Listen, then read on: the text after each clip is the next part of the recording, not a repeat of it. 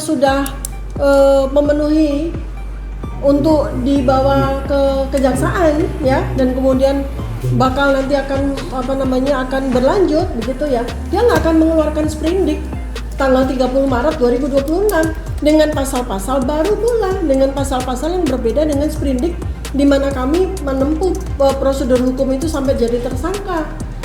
Jadi sekarang kalau mau P21 itu berkasnya mana? Sebab berkas yang ada itu adalah berkas yang berkaitan dengan sprindik lama. Lalu mereka tanggal 30 Maret 2026 mengeluarkan sprindik baru. Artinya apa? Artinya mereka berkewajiban untuk memulai semuanya dari nol. Dan mencabut status tersangkanya dulu, memulai dengan sprindik baru kan gitu. Ini logika bukan hanya common sense, ini logika. Makanya kita penting sekali critical thinking gitu loh. Mana yang dimaksud?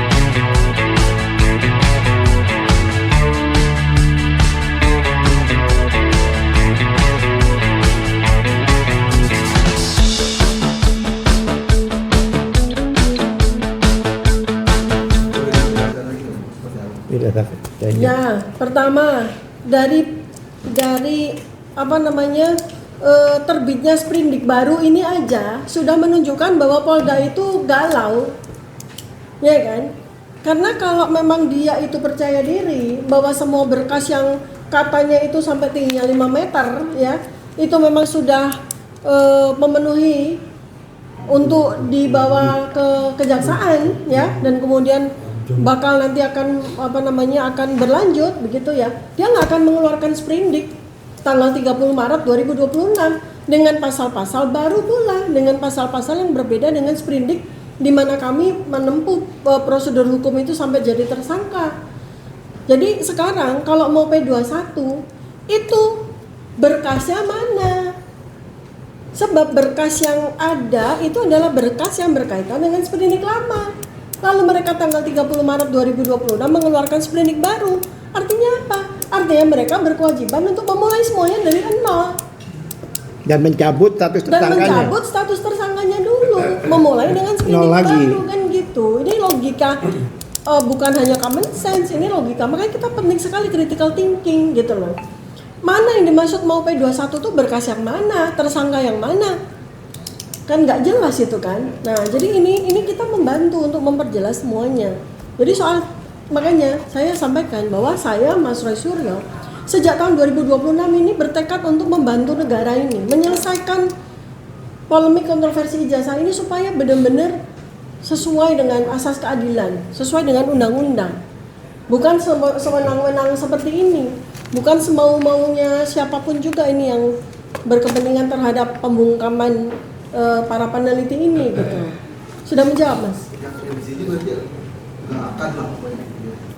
Ya, satu ya, bukan kemudian kami menyatakan bahwa restoratif justice itu kami tolak, tidak tolak. Restoratif justice itu diperlukan, tetapi yang sangat memerlukan itu namanya Pak Joko Widodo. Jadi salah alamat kalau bertanya kepada kami. Ya, karena kami nggak ada relevansinya untuk meminta restoratif justice. Restoratif justice itu kan pengampunan. Yang salah siapa sih? Yang punya ijazah palsu siapa sih? Ya kan? Kami ini peneliti mengungkapkan segala polemik ini menggunakan ilmu kami kok. Di mana kami butuh restoratif? Kan begitu. Ya kan? Jadi itu ya jawabannya. Saya jawab yang P21 ya. Kalau P21 ini dari dulu bulan depan, nanti 2 minggu lagi, itu sering P21. Sebenarnya gini Mas, menurut kami ya kan, dengan 709 kemudian 130 saksi dan 25, saya yakin bukan kekurangan saksi, kekurangan bukti. Kenapa kok jaksa ini kok nggak cepat-cepat untuk menjadi P21 kan? Karena unsurnya tidak kena Mas. Karena begini, peristiwa di Polda Metro Jaya ini tidak bisa dipisahkan dengan peristiwa di Barreskrim. Barreskrim itu masih gantung sampai sekarang, bahwa dilaporkan lebih dulu dengan pasal tadi 263, 266. Padahal TPUA pada waktu mengajukan ke sana itu tidak nyebut pasal loh. Ya. Tapi begitu habis gelar perkara di Barreskrim mereka nyebut bahwa tidak bertentangan Iya, iya, bertentangan dengan 25 pasal 263, 264, 26 dan sebagainya yang hukumannya lebih dari situ. Nah, di situ kalau kita hubungkan dengan apa yang ada di Mabes Polri itu tidak bisa dipisahkan dengan Undang-Undang PSK, Ya. perlindungan saksi dan korban. Itu juga diperhitungkan sama jaksa karena pada waktu laporan itu ada, pengaduan itu ada, ya kan? Sebelum itu diputuskan bahwa itu disidangkan, maka tidak bisa dia melaporkan pelapor, saksi maupun yang lain-lain. Beliau-beliau ini waktu ke Jogja saksi. Sudah. Ya. Ya. Nah, itulah diantaranya. Ya, Jadi itulah. kami yakin bukan hanya masalah bukti dan saksi, tapi juga masalah unsur-unsurnya maupun pasal-pasalnya tidak bisa diterapkan.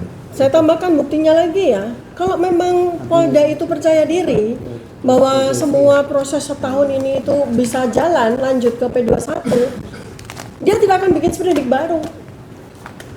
Ya kan? Untuk apa dia bikin sprindik baru? Dia tidak akan juga menganulir pasal-pasal yang dipakai untuk sprindik lama. Kan gitu. Jadi ini menunjukkan bahwa memang ada sesuatu yang berpolemik di dalam ya, yang mereka itu ya tidak firm untuk meneruskan kasus ini. Nah, satu ya. Kemudian berikutnya, ini persoalan timing ya. Supaya kita semua tuh belajar ya, bahwa proses pemberkasan dari Polda ke Kejaksaan itu pakai waktu. Jadi berkas itu diserahkan oleh Polda ke Kejaksaan tuh butuh waktu 14 hari kan, untuk kemudian diteruskan atau dikembalikan. Nah, ternyata oleh Kejaksaan dikembalikan. Jadi waktu itu berkas itu pertama kali diserahkan oleh Polda Metro Jaya kepada Kejaksaan itu 13 Januari 2026 ya. Nah, kemudian antara berkas dari Kejaksaan kembali ke Polda kita tidak terlalu jelas kapan Kejaksaan mengembalikan. Ketentuannya 7 hari. Ya, seharusnya ketentuannya 7 hari ya. Ketentuannya 7 hari. Kembalikan ke Lalu kemudian oleh kepolisian, oleh Polda itu harus dikembalikan lagi kepada Kejaksaan itu maksimal 14 hari. Ternyata Polda baru konferensi pers yang menyatakan bahwa berkas itu dikembalikan lagi ke Kejaksaan itu 17 April 2026. Itu artinya sudah lewat 84 hari. Satu ya. Kemudian yang kedua, kami juga bertanya kepada kepolisian sendiri ya di lapangan, dan kami juga bertanya kepada Kejaksaan. Ternyata di 17 April 2026 Kejaksaan belum menerima satu lembar pun berkas yang katanya tingginya 5 meter itu belum. Nah, sampai dengan hari ini kami juga tidak jelas berkas itu sebetulnya sudah diserahkan belum oleh Polda kepada Kejaksaan. Karena sekali lagi bolak-balik kepolisian itu selalu pakai auditori, nggak pernah menunjukkan seperti apa.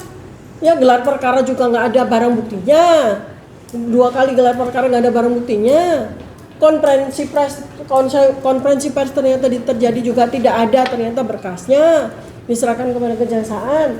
Jadi ini menunjukkan bahwa kita harus bantu gitu loh, agar kepolisian itu profesional. Kepolisian dalam hal ini menurut saya adalah mereka minta bantuan kita. Ya sudah, yuk kita bantu gitu. Ada pertanyaan lagi? Sudah cukup? Bang Hardi biasanya suka kritis. Ada kan indikasi penerapan pasal-pasal itu sama dengan kasusnya Bambang Tri dan Gus Dur? Ya dalam hati kasarnya main ciduk kayak itu gimana? Oh iya, sekarang kan beda sekali ya. Iya. Jadi kita lihat kan, kalau memang kejadiannya itu artinya power yang saat ini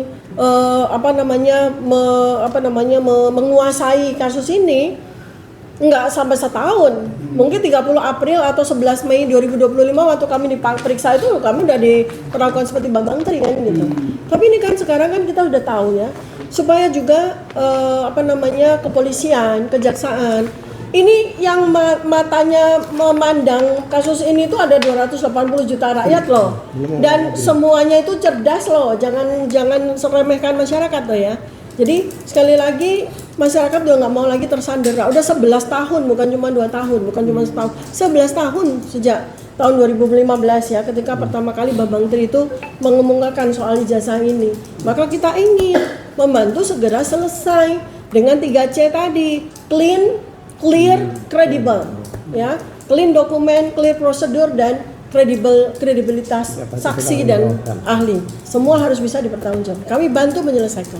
Harapannya dokter sama Pak Al-Katiri nih terhadap Pak Presiden Prabowo, karena keterkesan nggak ada komentar sama sekali tentang kasus ini sudah lama yang bertahun. Iya, Gimana? ya memang ini adalah waktunya negara negara harus turun tangan, ya. Dan harapan saya jangan turun tangan dengan konteks abolisi atau amnesti, bukan.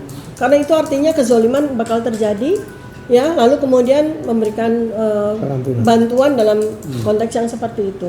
Untuk dikata masyarakat, kami ini sudah menderita sekali loh ya. Selama 1 tahun ya, selama 1 tahun saya menjadi tersangka itu banyak sekali kewajiban-kewajiban yang tidak bisa saya penuhi.